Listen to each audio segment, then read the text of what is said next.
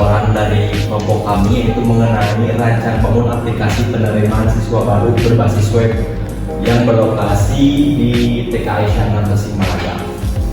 Langsung saja, kelompok kami terdiri dari 5 orang. Yang pertama ada Muhammad Lima Saputra, lalu yang kedua ada Hafiz Ar-Rahman, yang ketiga ada Tazkira Aulia Azmar yang kebetulan pada hari ini tidak bisa mengikuti presentasi dikarenakan beliau sedang terkena musibah. Kita doakan supaya beliau cepat sembuh. Dan lalu yang keempat ada Haikal Buwana Maulidina, dan yang terakhir dengan saya sendiri Ijah Harisman. Masuk pada yang pertama adalah latar belakangnya, yaitu kami proses penerimaan peserta didik baru atau PPDB merupakan aspek krusial dalam penyelenggaraan pendidikan, termasuk di tingkat taman kanak-kanak atau TK. Nah, di TKI Syahnan Tasikmalaya ini masih menggunakan prosedur manual dalam pelaksanaan PPDB. Nah, mulai dari pendaftaran, seleksi hingga pengumuman hasil yang menimbulkan berbagai kendala seperti antrian panjang, lalu kesulitan dalam pengelolaan data calon siswa, dalam data calon siswa, keterlambatan informasi, hasil seleksi, serta terbatasnya akses informasi bagi orang tua yang berada di luar kota tersebut. Nah, penelitian sebelumnya menunjukkan bahwa aplikasi PPDB berbasis web atau mobile memberikan manfaat signifikan seperti kemudahan akses, informasi sekolah yang lengkap, pengelolaan data yang akurat dan aman, lalu meningkatkan citra sekolah melalui layanan yang modern dan profesional. Oleh karena itu, pengembangan aplikasi PPDB berbasis teknologi informasi merupakan langkah strategis untuk meningkatkan kualitas layanan pendidikan di TKI Syahnan Tasikmalaya agar proses penerimaan siswa menjadi lebih cepat, lebih efisien, mudah diakses, dan transparan sesuai dengan tuntutan di era digital saat ini. Next, lalu rumusan masalah. Nah, kami di sini terdapat 3 rumusan masalah yang akan kami selesaikan. Yang pertama ada bagaimana merancang sistem penerimaan siswa baru berbasis web yang dapat menggantikan proses manual agar lebih efisien dan terstruktur. Lalu yang kedua, bagaimana sistem tersebut dapat menyediakan informasi yang lengkap dan mudah diakses oleh orang tua calon siswa, terutama yang berada di luar kota Tasikmalaya. Dan yang terakhir adalah bagaimana sistem dapat membantu pihak sekolah dalam mengelola data calon siswa secara akurat dan aman. Lalu slide selanjutnya, metodologi pengembangan akan disampaikan oleh rekan saya kepada yang bersilakan. Baik, terima kasih kepada moderator yang telah memberikan saya waktu untuk menjelaskan mengenai metodologi pengembangan. Nah, selanjutnya kita masuk ke metodologi pengembangan.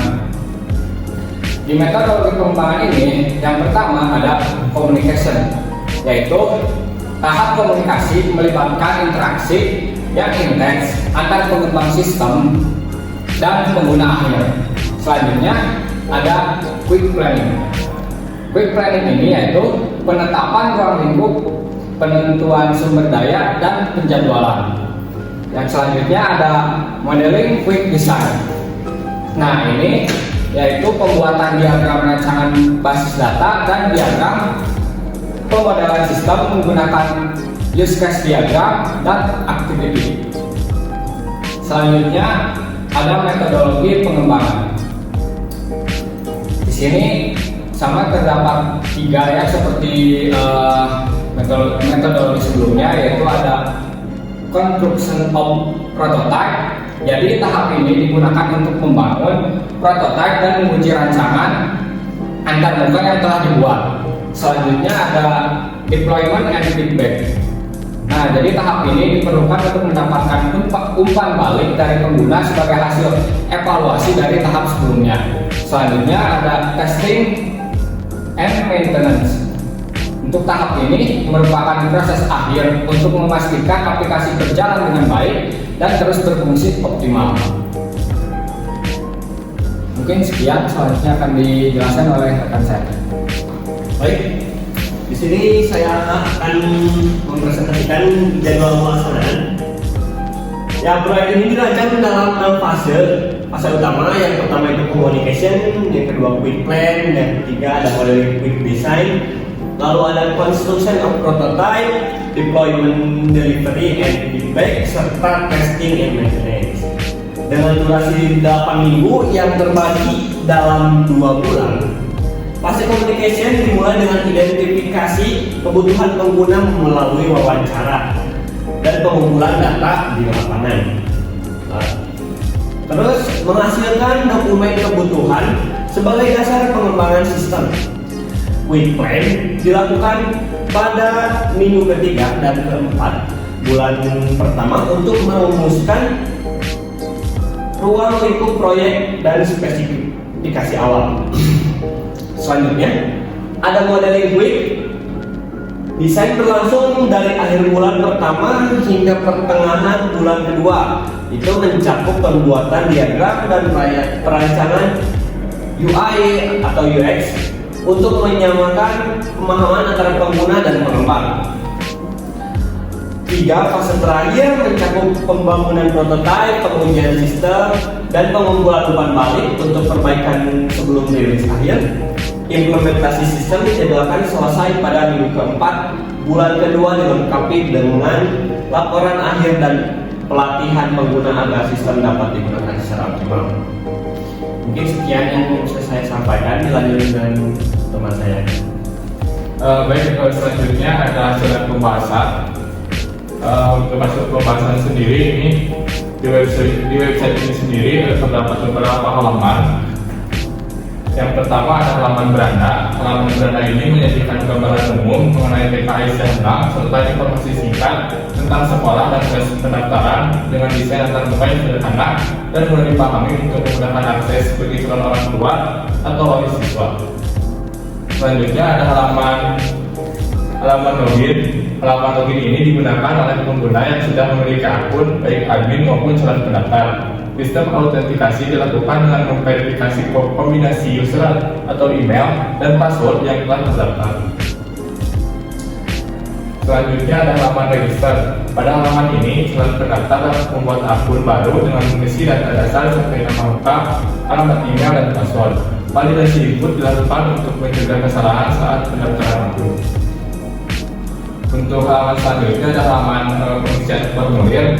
Setelah login, orang tua atau wali dapat mengisi formulir pendaftaran siswa. Form ini mencakup data diri siswa, data orang tua, dan dokumen persyaratan seperti akta kelahiran dan kartu keluarga. Pengguna juga dapat melihat proses pendaftaran secara real time. Untuk halaman selanjutnya ada halaman bukti pendaftaran. Setelah proses pendaftaran selesai dilakukan, sistem akan secara otomatis menghasilkan halaman bukti pendaftaran yang dapat diunduh oleh calon orang tua atau siswa. Halaman ini membuat informasi lengkap mengenai data yang telah diinput seperti identitas siswa, data orang tua. Bukti pendaftaran ini juga dilengkapi dengan nomor registrasi kuning sebagai referensi untuk keperluan verifikasi lebih lanjut oleh pihak sekolah. Fitur ini bertujuan untuk memberikan transparansi dan kemudahan akses informasi bagi pengguna. Cukup sekian dari saya, mungkin saya kembalikan kepada moderator. Ya, jadi di sini saya akan menyimpulkan keseluruhan dari apa yang telah kami presentasikan pada hari ini, yaitu perancangan sistem penerimaan siswa baru berbasis web dilakukan dengan menerapkan metode prototyping yang memungkinkan pengembangan aplikasi secara bertahap dengan melibatkan umpan balik langsung dari pengguna, sehingga menghasilkan sistem yang efisien dan terstruktur. Aplikasi ini dirancang dengan antarmuka yang sederhana namun informatif, memudahkan orang tua calon siswa termasuk yang berada di luar kota untuk mengakses informasi penting terkait pendaftaran secara real time. Selain itu, sistem ini mendukung pengelolaan data calon siswa secara digital melalui database MySQL yang menjamin akurasi, keamanan, dan kemudahan akses bagi admin sekolah dalam memverifikasi berkas dan memantau proses seleksi, sehingga seluruh tahapan penerimaan siswa dapat berjalan lebih cepat, transparan, dan profesional.